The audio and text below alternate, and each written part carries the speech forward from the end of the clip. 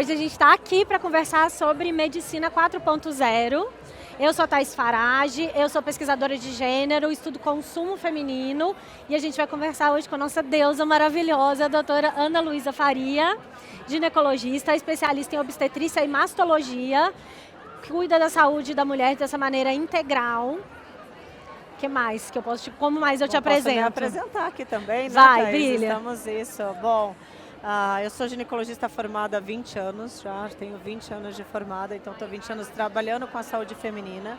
E para mim o mais importante é cada vez mais estar olhando para transição da mulher em todas as fases, né? Eu acho que a gente já venceu uma primeira barreira, que era essa transição menstrual, a segunda barreira, que era a questão reprodutiva, mas hoje a gente está num terceiro tópico, que é a saúde preventiva, e a saúde preventiva 40+, principalmente, que é essa saúde buscando health span, life span, buscando envelhecer, na verdade, igual nós falamos, né, outro dia, envelhecer todos os nossos eus, porque a gente tem o eu físico, o eu emocional, o eu intelectual, todos os eus na mesma velocidade de tempo e que todos eles consigam ter a maior capacidade possível. Então, eu estou aqui, na verdade, para tentar falar como isso é possível.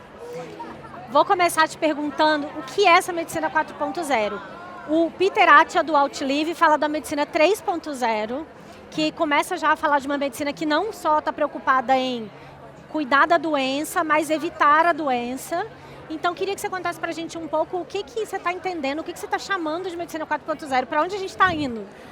Exato, eu acho que é incrível, né, quando o Peter lançou o livro e colocou essa medicina 3.0, trabalhando muito mais, porque a gente já saiu hoje da doença, daquela doença aguda, que era uma úlcera gástrica perfurada, uma morte por pneumonia, e hoje a gente já foi para uma prevenção, mas o 4.0 é a introdução da IA, né, inteligência artificial, introdução de tecnologia, e como isso vai refletir em mudanças muito drásticas, principalmente na medicina. Então eu falo que hoje a gente tem que entender uma medicina 4.0 como uma medicina preditiva, no qual nós temos alguns testes biológicos ou alguns dispositivos para fazer uma predição da saúde, de como essa paciente vai se comportar no envelhecimento dela.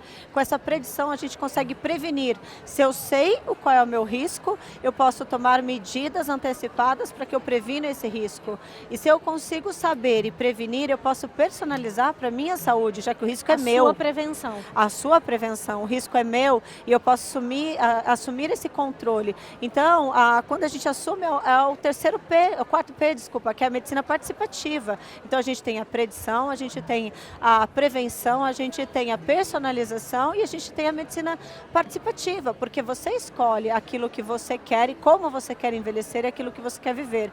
Então eu acho que, focando nisso, a gente pode trazer a tecnologia a nosso favor. A gente pode trazer a tecnologia de uma perspectiva de melhorar nosso health span e de acordo com aquilo que a gente é capaz de sustentar. Eu ia, aproveitando essa sua resposta, eu vou antecipar uma pergunta que é justamente sobre essa medicina participativa. Eu tenho uma amiga que ela usa uma expressão que eu acho muito boa, que ela fala assim, a gente precisa ser CEO da nossa saúde. Então, estamos vivendo um momento onde as pessoas leem muito sobre saúde, a gente tem muito livro, muito podcast, muita informação sobre saúde da mulher. A gente tem muito gadgets, então tem relógio, tem anel, tem medição de tudo quanto é jeito.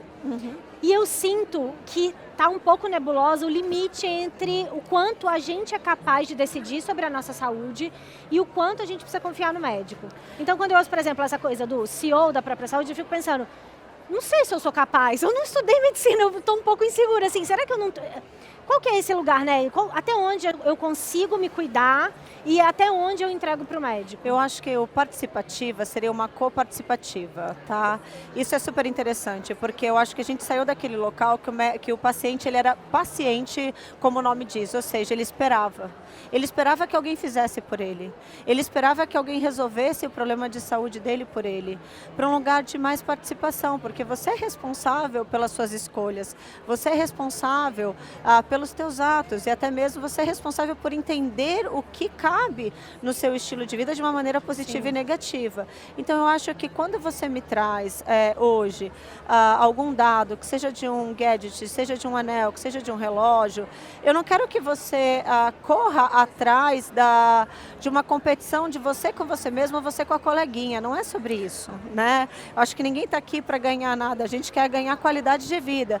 Então, o que você quer me trazer com isso? Eu acho que muitas vezes é me mostrar de uma forma imprecisa, porque a gente não tem na medicina ainda convencional dados científicos que consigam parametrizar. Por exemplo, o Apple Watch não é igual ao Samsung, que não é igual a qualquer outro relógio, então eu não consigo ter um comparativo sobre o que esses dados desses gadgets me dão, mas eles eu tenho sintomas sobre eles, então se você fala para mim que você dorme mal e a gente consegue ver que a sua noite de sono realmente não está restauradora, será que eu vou ignorar isso? Será que eu vou atuar e achar isso não como um dado sobre um corte específico, estatístico que eu tenho no estudo clínico, mas sim como algo que está me dando um dado a mais, como se fosse um sintoma inespecífico que eu vou juntar com todos os outros sintomas clínicos.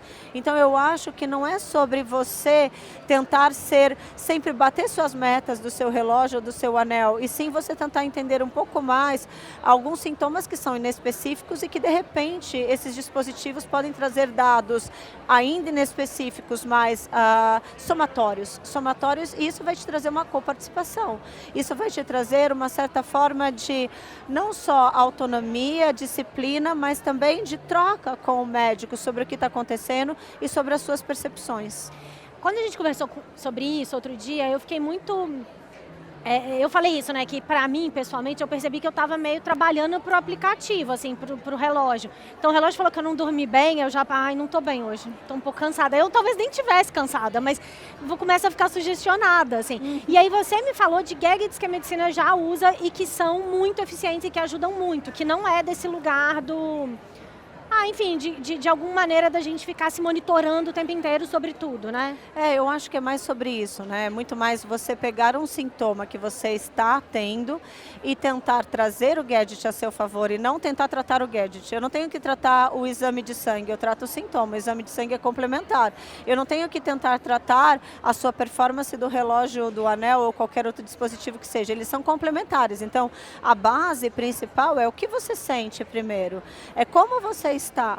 E a partir daí eu vou buscar os outros sintomas. Mas exemplo, a evolução da medicina, né? Eu estava te contando, eu acho que para contar para a plateia geral, para que a plateia possa entender, mas durante muito tempo, para se tratar um diabetes, a gente internava paciente no hospital e eu tinha que fazer exames de sangue seriados para eu entender se ela realmente estava mantendo picos glicêmicos após as alimentações.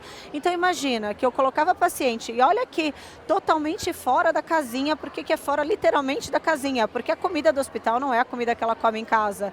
A comida do hospital é muito mais controlada em relação ao horário, em relação ao volume alimentar, em relação ao que ela tem que comer. Então eu colocava ela numa rotina totalmente out da rotina dela, aferia a glicemia dela, eu tinha que coletar 1000 exames de sangue durante o dia, durante 3, 4 dias, ela permanecia internada para que eu conseguisse ajustar a insulina que ela ia tomar em casa, que era totalmente fora da realidade, porque nem aquilo que representava no hospital era realmente aquilo que representava a rotina dela domiciliar. E o primeiro dispositivo que nós inventamos foi que utilizamos até hoje, a leitura capilar, né? Então você furar o dedo e você ter um dispositivo que consegue fazer uma leitura com uma gota de sangue e te falar qual é a sua glicemia, e tua glicemia na tua realidade que você está inserido com aquilo que você comeu.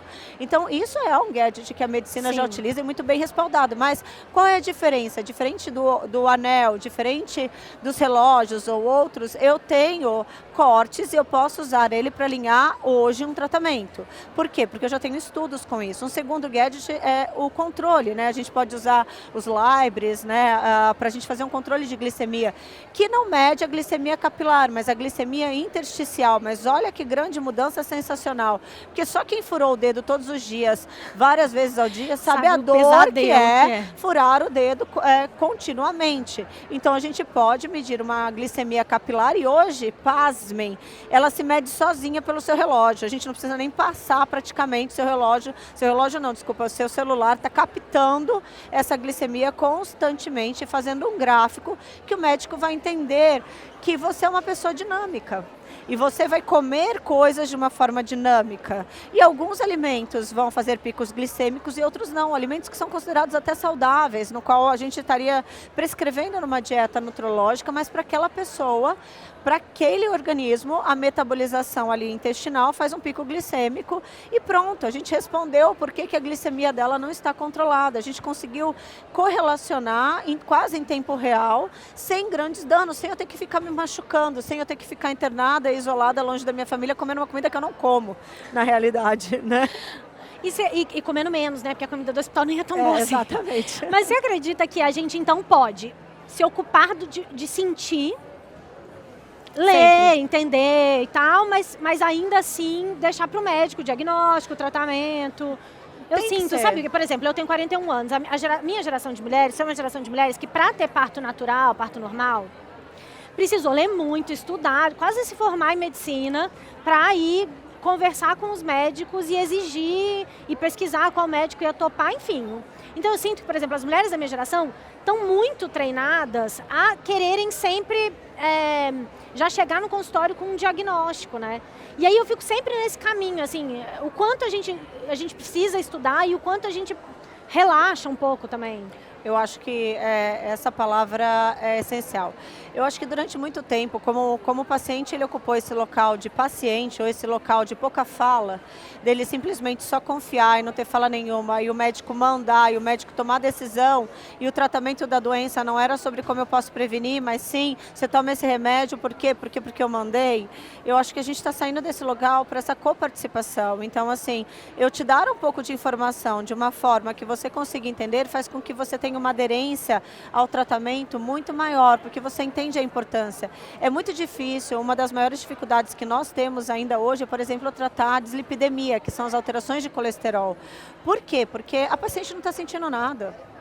Mas quando ela toma qualquer medicamento de colesterol, ou a mídia falou para ela de que a vida dela vai piorar drasticamente se ela tomar, porque ela vai ter uma dor incapacitante, que ela vai ficar acamada, como se ela tivesse sido atropelada por um caminhão, que não é todo mundo que sente isso, 5, 10, no máximo 15% ali, dependendo da população da etnia, vai ter esse sintoma de dor muscular, a maioria não vai ter sintoma nenhum, tá? Então é muito difícil eu conseguir convencer uma paciente na medicina atual, que não é aquela medicina do paciente que obedece o que eu mandei e não pergunta, não participa, não questiona sobre isso, que a paciente queira tomar, porque a mídia social falou para ela que não vai tomar, que se ela tomar a estatina, ela não vai absorver mil nutrientes, ela vai acabar com o estômago, vai infartar, e não é bem assim. Por que eu falo que não é bem assim? Porque o que a gente fala hoje dessa questão de prevenção, medicina 4.0, que seja, eu não preciso ter uma super tecnologia para falar disso, tá? O que eu falo é que hoje a gente já pode ter o orgulho de falar que o lifespan melhorou. Ou seja, se a gente tinha uma expectativa de vida de 60, 65 anos, no qual a mulher passava muito pouco tempo em pós-menopausa, e quase assim, eu tinha 5, 10% há um século atrás que chegava nessa idade, hoje eu vou ter 50% das mulheres conseguindo chegar a mais de 75, 80 anos. A minha estatística de lifespan é muito grande. Isso não significa health span. Sim. Não significa que elas vão chegar com qualidade aos 70, 75. Elas vão chegar, às vezes, já diabéticas, hipertensas, cardiopatas, com perda de autonomia. Então, quando eu falo para tratar um colesterol, não é que eu quero que ela sofra dos efeitos colaterais, nenhum médico entra com o medicamento, mas a gente quer o quê? Que caso ela tenha doença aterosclerótica, que é a placa, né, formada pelo colesterol, e essa placa pode ser formada no coração ou no cérebro, que se ela tenha esse desenvolvimento, que ela não desenvolva isso aos 65, 70, mas que a gente jogue isso lá para casa dos 88, 90, 95, no qual ela vai conseguir conviver com essa placa sem ter um risco para a saúde dela. Ou seja, além do lifespan, eu coloco um health span para ela muito grande. Então, só que eu convencer alguém de que ela vai ter que tomar um medicamento durante 15 ou 20 anos, para que no final das contas ela evite um evento cardiovascular que ela acha que ela nem vai ter, é muito difícil. Mas aí que entra a coparticipação, aí que entra o entendimento, a explicação. Então a paciente não precisa saber o que ela tem que fazer, ela tem que entender o porquê que ela precisa fazer aquilo. Entendi. Bom, a gente tem falado então de tecnologia, de coparticipação, mas tem uma dupla que é exercício e alimentação saudável, que não tem nada a ver com tecnologia em teoria, porque, né, o ser humano é capaz de escolher o que come e se exercitar sem tecnologia, E que isso, de fato, é a maior prevenção que a gente tem, por exemplo, de doença, enfim. E aí eu queria entender como é que você vê essa mudança na medicina. Então, por exemplo, hoje em dia, se a gente manda uma paciente fazer transfusão de sangue, quimioterapia, algum tratamento para o rim, o médico acompanha, alguém, né, vai ter um responsável de saúde acompanhando. Mas a gente não tem necessariamente um acompanhamento para exercício e para alimentação. A gente fala, tem que se alimentar bem, faz exercício, um beijo e vai para casa. Como é que você vê a mudança disso nesse futuro da medicina? Já que isso né, assim, é o padrão ouro, aparentemente. Sim, com certeza, é o padrão ouro. Sabe que é uma coisa muito interessante que a medicina foi aprendendo sobre isso, né? Quem aqui não se lembra dos vídeos de ginástica com as polainas, que a mãe comprava a fita de vídeo? Jane Fonda, total Jane Fonda, é isso mesmo. Por quê? A mulher não ia para academia. A mulher, no máximo, fazia uma ginástica localizada assistindo o vídeo da Jane Fonda em casa. Para ser muito magra, não para ser forte. Não para ser forte, não para ser saudável, né? Então, assim, exercitar na academia, fazer uma musculação, era uma coisa de fisiculturista. Então, a gente teve que aprender sobre isso. E eu estou falando da década de 80, não estou falando de muitos anos atrás. É outro dia. Né? Outro dia. Quem aí tiver falar que é muito longe, a gente já sabe que é milênio, né? Não tô brincando. Então, assim, para a gente poder entender essa importância, teve um estudo ano passado publicado na ASCO. A ASCO é um dos maiores congressos de oncologia mundial em Chicago, que foi, acho que o primeiro estudo que realmente respaldou como intervenção a atividade física.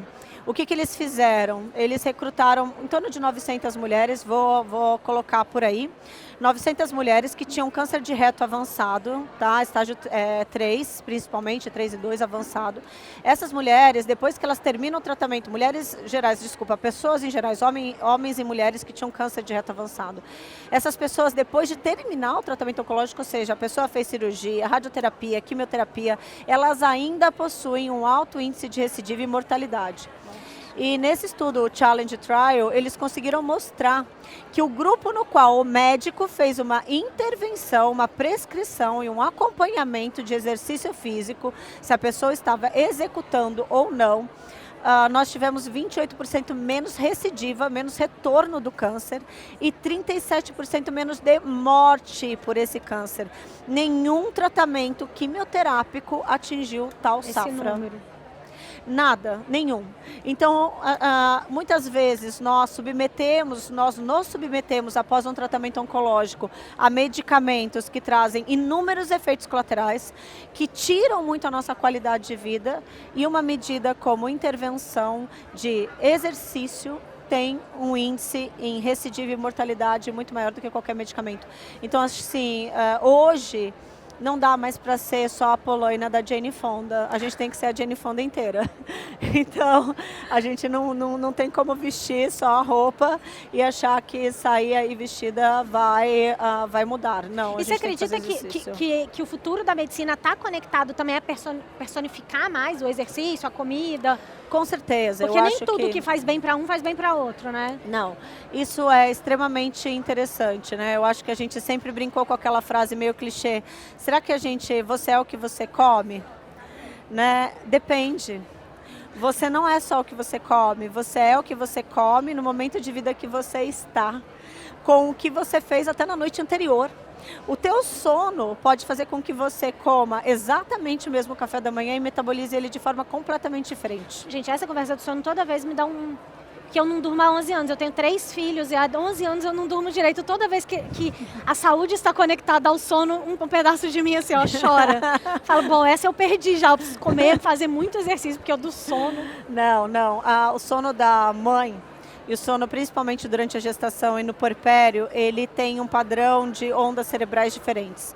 Então, você consegue ter sonos restauradores em curtos períodos de tempo. É como se você conseguisse tirar ondas completas, fases completas em mini sonecas. Que também é uma pesquisa, porque os dados são sempre muito masculinos, né? Sim. É uma coisa que a gente está entendendo agora, né? Sim. Como é que... Eu estava lendo esses dias, por exemplo, que Jejum não necessariamente é bom para mulheres, foi sempre muito dito que é muito bom para o homem. Então, eu acredito que tem também agora um monte de novas informações chegando, a gente precisa estar muito atenta. Mas eu acho que é isso que é o interessante, que seja de um dispositivo, que seja a gente analisar o que cabe para você no seu estilo de vida. Para algumas pessoas, o jejum pode ser extremamente interessante, porque até para ela, na dinâmica da rotina dela, e não é porque ela está fazendo, porque o jejum, para você fazer jejum intermitente, você teria que estar quase numa cetogênica, né? Nós temos nutricionistas aqui, que jejum intermitente não é só você não comer o café da manhã e comer às 2 da tarde. Existem vários critérios para você falar que você teve realmente uma alteração metabólica no seu organismo e fez com que ele consumisse as suas reservas, tá? Não é simplesmente pular uma refeição, você fez o jejum e comeu o que você quer.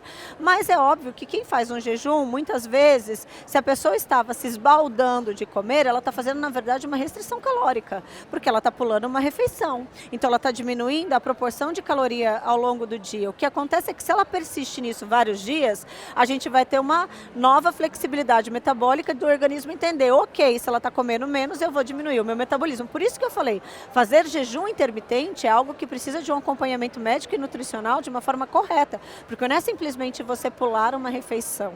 Existem vários critérios e parâmetros a serem feitos.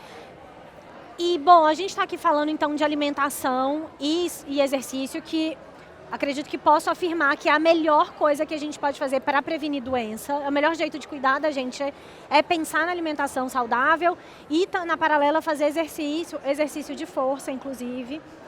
São 150 minutos, pelo menos, de exercício moderado. É isso que por semana. Qualquer sociedade cardiológica e oncológica recomendam como preventivo.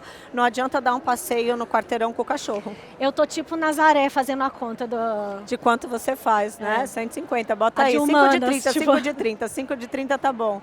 Nem precisa de muito assim. Bom. Mas aí a gente tem um dado do INCA que me assusta muito, que é o fato de que o câncer de mama está crescendo, não só no Brasil, mas no mundo.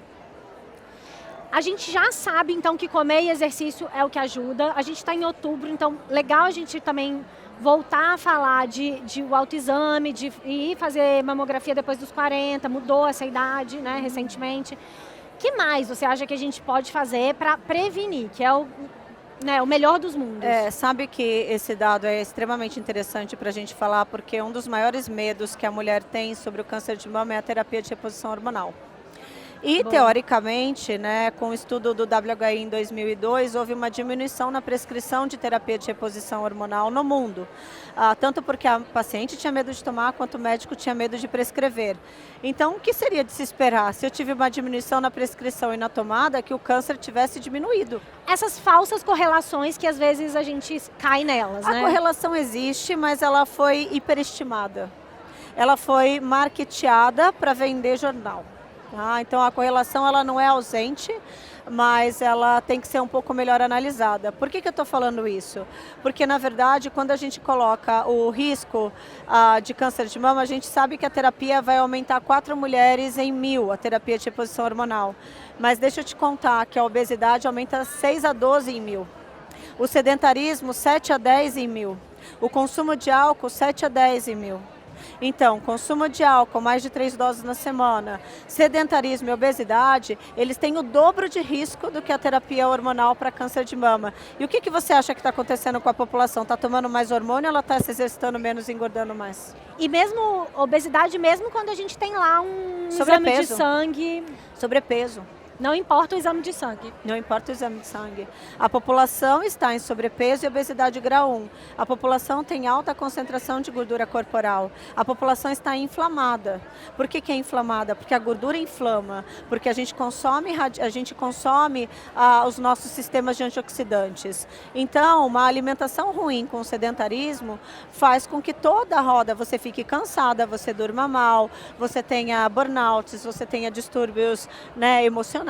Então, assim, e tudo isso vai baixar o seu sistema imunológico, também abaixa a vigilância oncológica e lesiona o DNA da célula. Então, deixa eu te contar uma outra novidade. Só 15% dos cânceres são hereditários. 85% são somáticos, do estilo de vida. O que também é bom, gente, porque, infelizmente, a gente não escolhe a família que a gente vai nascer. Mas a gente pode escolher viver melhor. Mas a gente pode escolher o estilo de vida. Eu ia perguntar isso, se você acredita. Então, não faz sentido, talvez...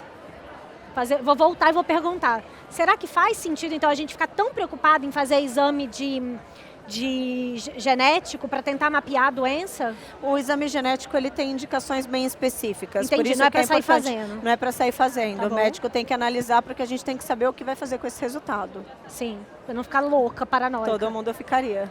Bom, agora eu quero falar de coisa boa, eu não quero mais falar de doença. Bom é que dá para prevenir a doença, né? Isso. Todo mundo tem que entender isso.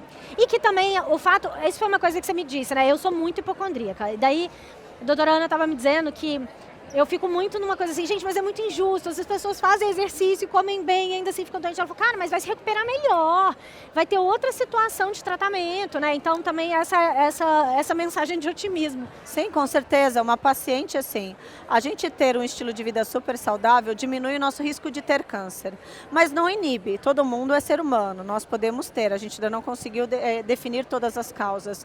O fato é que uma paciente que é saudável, que se exercita, come bem, ela vai suportar o tratamento oncológico muito melhor, sem impactar a qualidade de vida, e ela vai se recuperar muito mais rápido e o risco de mortalidade dela pelo câncer é muito menor. Então, assim, a gente pode viver a revolta de como assim comigo, que sou super saudável, vou ter, ou eu posso viver a aceitação de que eu me preparei a vida inteira, que caso eu tivesse que enfrentar essa dificuldade, eu vou enfrentar de cabeça erguida e vai ter pouco impacto na minha vida, porque eu tenho um estilo de vida saudável e com isso eu vou superar essa doença. Boa. E boa, quando a gente fala de saúde sexual da mulher, é um super tabu. E aí, quando a gente vai falar de saúde sexual para mulheres com mais de 50 anos, menopausa, imagina, nem fala, né? Eu estava conversando isso outro dia, assim, eu tenho 41, eu não tô ainda na menopausa, inclusive tenho uma filha de 1 ano, então eu tô quase que só no puerpério ainda. Mas eu vejo todas as conversas sobre o envelhecimento, sobre mulheres com mais de 50 anos, é um tema super importante da minha pesquisa. E eu fico vendo como a gente fala muito de menopausa e a gente fala muito pouco de transar. É como se a vida da mulher com mais de 50 anos tivesse sido reduzida a hormônio. Então eu queria entender o que a gente pode começar a pensar, conversar e elaborar para chegar nesse momento, tendo uma saúde sexual, enfim, também no health span, que a gente tenha mulheres com mais de 50 anos tendo prazer, sensibilidade, sem ter perda urinária, todo esse universo de tabu. Eu acho que isso é super importante, né? Porque como a gente antes nem vivia para contar essa história... Não, nem tinha prazer, sexual, né? A mulher não tinha prazer e não vivia para contar a história, né? Do prazer sexual. Então, eu acho que foi uma mudança muito drástica, porque antes a sexualidade ela era vinculada com a fertilidade. E hoje, vivendo-se mais 30 anos na menopausa e vivendo até novos relacionamentos no pós-menopausa, a gente está voltando para olhar para essa área sexual. E a dermatologia, felizmente, né, invadiu a ginecologia e hoje a gente está trazendo desde laser genitais, radiofrequências, ácido hialurônicos injetáveis, além, né, de reposição hormonal também. A reposição hormonal na área genital, ela não aumenta nenhum tipo de risco, porque ele não é absorvido sistemicamente. Então, uma das indicações de terapia hormonal é a síndrome genital da menopausa, que são as atrofias, os ressecamentos, dificuldade de atingir orgasmos, perdas urinárias. E hoje a gente chama de síndrome genital, porque é tanta coisa que acontece pela privação hormonal que eu não posso nem chamar só de ressecamento e atrofia. Então, eu consigo retornar essas mulheres, assim, lubrificação, eu consigo melhorar o assoalho pélvico não só com fisioterapia, exercícios, mas com tecnologias. Eu consigo deixar ela com mais facilidade de atingir o orgasmo a depender daquele tratamento que a gente coloca, que pode ser um tratamento tecnológico ou pode ser um tratamento hormonal básico, local, que não aumenta risco nenhum de uma terapia sistêmica. E hoje as pessoas desconhecem, elas acham que é todo mundo farinha do mesmo saco, que a terapia sistêmica que você toma, o creminho que você passa, é a mesma do que você utiliza na área genital, e não é. Eles têm riscos e indicações diferentes. Quando você fala de terapia hormonal para síndromes vaginais, é creme? É isso? Eu posso ter pomadas, que são os cremes, e eu posso ter comprimido. Eu tenho um comprimido de estrogênio vaginal. Comprimido, igual pílula contraceptiva, só que em vez de você tomar, você coloca a pílula. Exatamente. Entendi. E nem escorre, não acontece nada. Então... E muda a vida. E muda a vida. E muda a vida. Melhora a lubrificação, diminui infecções urinárias de repetição, que também é super importante. Diminui a sensação de, às vezes a pessoa não tem uma infecção de repetição, mas ela tem uma sensação de que quer fazer xixi o tempo inteiro, que a gente chama de urgência miccional. Isso é causado pela atrofia também da mucosa da uretra, né, que é do epitélio ali do trato urinário, tá? Me conta como você enxerga essa reposição hormonal. Você me contou uma vez, eu achei interessante a sua analogia. Conta pra gente como é que você acha que é o melhor jeito de pensar essa reposição hormonal.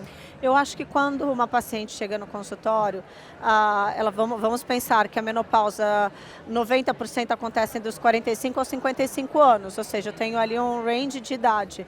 A primeira coisa que você tem que avaliar é se essa paciente precisa de contracepção, porque as pessoas acham que por elas estarem na transição da menopausa ou na menopausa inicial, que elas não precisam evitar filho. A gente tem aí globais que tiveram filhos na menopausa, né? Então, assim, não preciso citar nomes, mas acho que todo mundo aqui internamente sabe.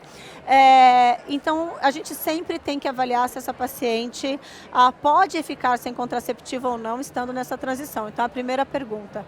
A segunda, se ela tem uma indicação. Então, eu tenho algumas indicações, se ela tem algum sintoma climatérico, se ela tem que fazer prevenção de perda óssea. Prevenção de perda óssea, gente, isso é importante, porque após os 75 a primeira causa de morte nas mulheres é a osteoporose. Só que se eu não prevenir aos 50, 60 anos, na hora que eu tiver os 75, eu já estou fazendo o quê? Prevenção dela não fraturar, não é dela não perder osso. Osso ela já perdeu. E a osteoporose é uma doença super comum mata. Nas mulheres. Ela mata. Né? Não é tão comum nos homens, por exemplo. Exatamente, e ela mata.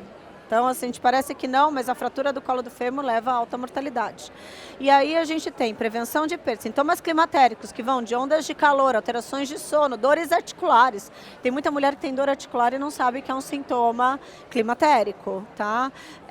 Além de dores articulares, sintomas esses todos, eu tenho a prevenção de perda de massa óssea e a síndrome genital da menopausa. Ele é uma indicação de terapia hormonal, que seja local. E o último são pacientes que, infelizmente, entram em falência ovariana antes dos 40 anos de idade, que a gente chama de insuficiência ovariana. Esse é um capítulo à parte, porque é uma mulher que vai ter riscos 1000 associada à perda dos hormônios ovarianos numa idade precoce. Entendi. E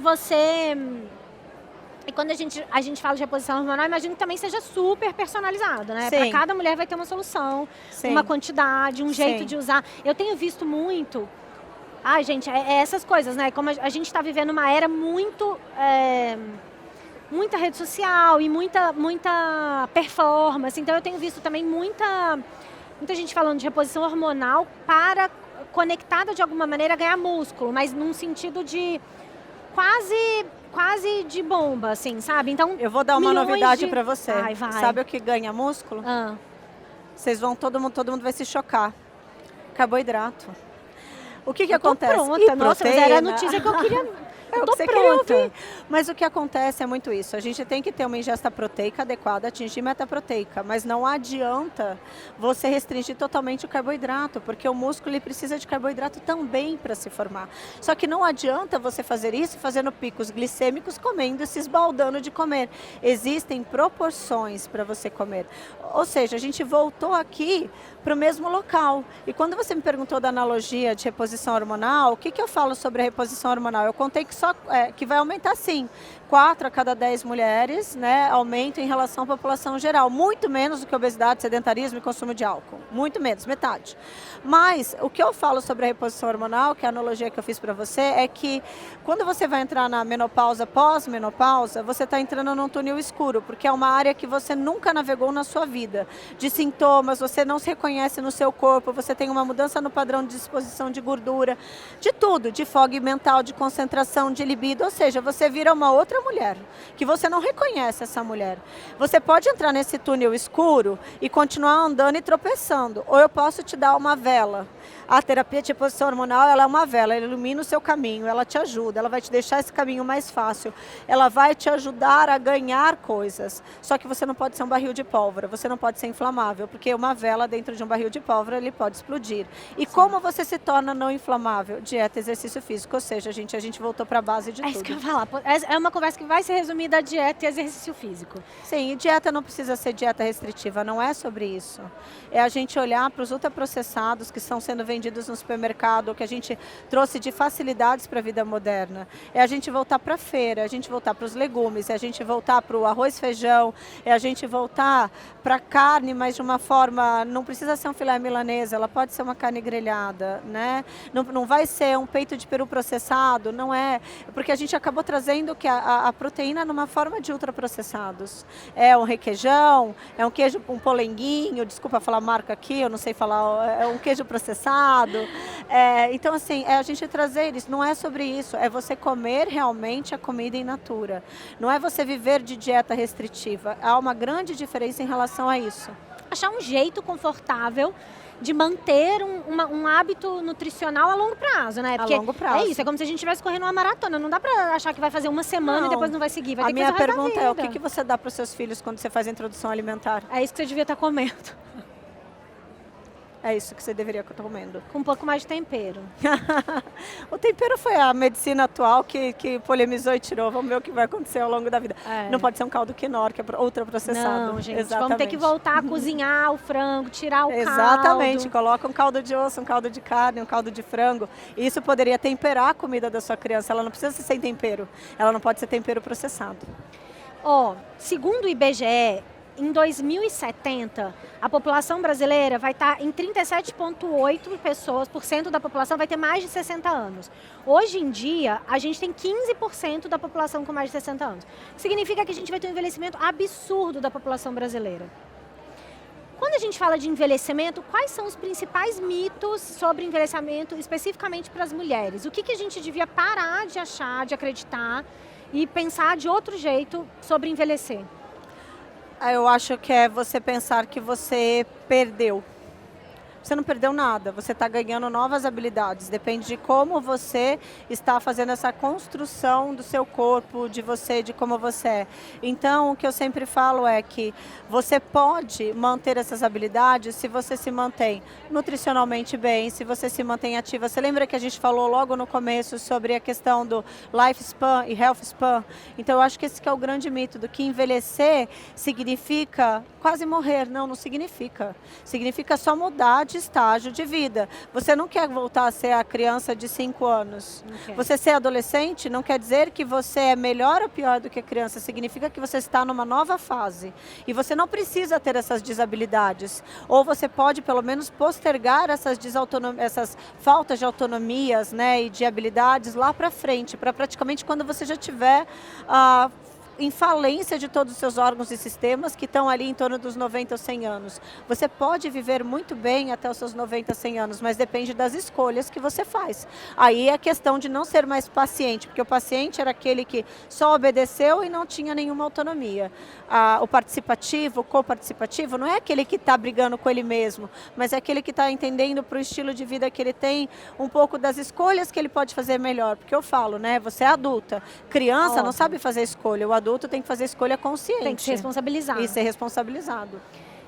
E você acredita que a gente vai realmente começar a chegar aos 90? A nossa expectativa de vida hoje é 80. Com certeza. Você acha que a gente vai conseguir chegar aos 80 dançando? Porque eu também não quero chegar aos 90 sofrida. Eu quero chegar aos 90 não é uma realidade que está muito distante. A questão é realmente chegar com qualidade de vida. Como? Né? E aí vai depender das escolhas. O que mais a gente pode fazer para envelhecer bem? Além de exercício, comer bem, fazer exercício. Né? A saúde mental, saúde social. Por isso que eu falei, eu nunca falei aqui que ser dieta é ser anoréxica ou dieta restritiva. Não é sobre isso. O bom senso, vamos voltar para o bom senso. O bom senso é rotatividade de vitaminas e minerais. E como você consegue essa rotatividade? Você não pode comer só o que você gosta todas as vezes. Você vai comer só os legumes que você gosta? Não, você tem que comer quais são os legumes da estação. Quais são as frutas da estação? Porque isso vai te trazer seletividade e rotatividade de minerais, vitaminas, né? Então, assim, não é só, porque senão você vai comer sempre a mesma coisa todos os dias. Então, a gente voltar para aquilo que está melhor e até mais barato no supermercado. Então, isso é uma escolha positiva. Você pode receber os amigos na sua casa e você pode fazer legumes, né, de uma forma super interessante, e ser gostoso todo mundo comer. Por que para a gente comer a gente precisa ter a alimentação francesa cheia de manteiga? Ou por que a gente tem que estar com a comida enlatada? A gente não consegue entender que, na verdade, isso foi inventado porque havia uma carência nutricional, era a única coisa que sobrava na prateleira deles e eles precisavam ter alguma ingesta calórica. Por que uma alimentação de várias etnias é rica em batata? Porque na guerra só tinha batata para comer. Então a gente tem que olhar para isso e entender os momentos sociais. Será que nesse momento social, no qual a gente pode fazer escolhas melhores, a gente ainda tem que ficar fazendo as escolhas restritivas e privativas que os nossos antepassados tiveram que enfrentar? Então, assim, você ter uma mesa social na sua casa, não precisa ser uma mesa só de alimentos gordurosos, ele pode ser uma mesa de alimentos saudáveis. Aprender também a gostar do saudável, né? Reorganizar a cabeça. O paladar é um treino. Eu ia falar assim, pra gente ir encerrando, a gente está no nosso última pergunta. Eu sinto que uma grande dificuldade das pessoas, minha sobretudo, mas pois reclamo muito disso, sei que não é só minha, cada médico vai te dizendo uma coisa. E aí chega uma hora que, assim, você precisa chegar em casa, fazer uma planilha e ver onde batem as informações. E eu sei que na AVA vocês pensam diferente, vocês olham para a mulher no todo. Me conta como funciona isso, porque de fato, essa é a medicina do futuro. Sim. E a gente ainda não entende como isso pode funcionar. Eu acho que foi justamente com isso que eu falei aqui na palestra para vocês que surgiu a AVA, né, a AVA Mulher aqui pra gente, porque como chegava muita paciente para mim querendo fazer terapia de reposição hormonal e perdida, cheia de sintomas, não sabendo por onde começar, cada médico falando um dado diferente, né? Eu entendi que para eu fazer reposição hormonal com segurança, eu preciso desinflamar essa mulher. Para eu fazer uma reposição hormonal com segurança, eu preciso que ela mude o estilo de vida, porque essa mudança de estilo de vida não vai fazer só uma prevenção para a terapia hormonal. Porque imagina o seguinte, eu dou hormônio, ela é obesa, ela bebe e ela é sedentária. Gente, eu somei os 4 fatores de risco de câncer. Aí eu vou ficar surpreendida se ela tiver câncer de mama? Não.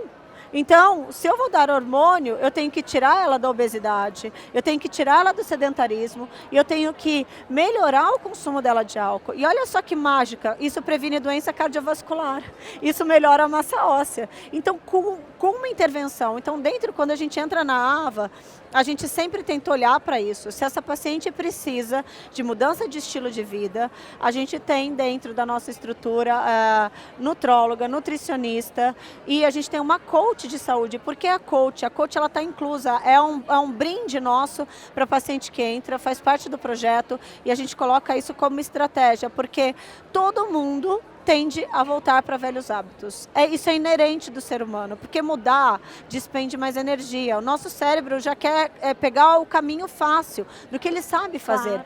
E a coach te relembra de quais foram os seus compromissos e te mantém ali em aderência com o método da nutricionista e da nutróloga. A partir do momento que ela muda a composição corporal, a partir do momento que ela se enxerga de uma forma diferente, eu consigo entrar com uma terapia hormonal com muita segurança e ela vai ter todos os benefícios da terapia hormonal. A pele fica melhor, o sono fica melhor, a libido fica melhor, ela não tem dor articular, né? E ela não tem as ondas de calor que todo mundo conhece. Gente, um remédio só que trata tudo isso. Nenhum outro remédio, se eu dou creme para a pele, ele só trata a pele. Se eu dou remédio para o osso, ele só trata osso. A terapia hormonal melhora a memória, melhora a concentração, melhora a pele, melhora o cabelo, melhora a libido. Você quer o que mais? Além de melhorar, mas só que você não pode ser barril de pólvora. Não serei. Exato. Então é isso que a gente busca. Vou chegar de parabéns aos 50 no seu consultório, prometo. Obrigada. Gente, foi isso. Obrigada. Espero que vocês tenham curtido. Foi um prazer. Nos vemos por aí. Obrigada, gente.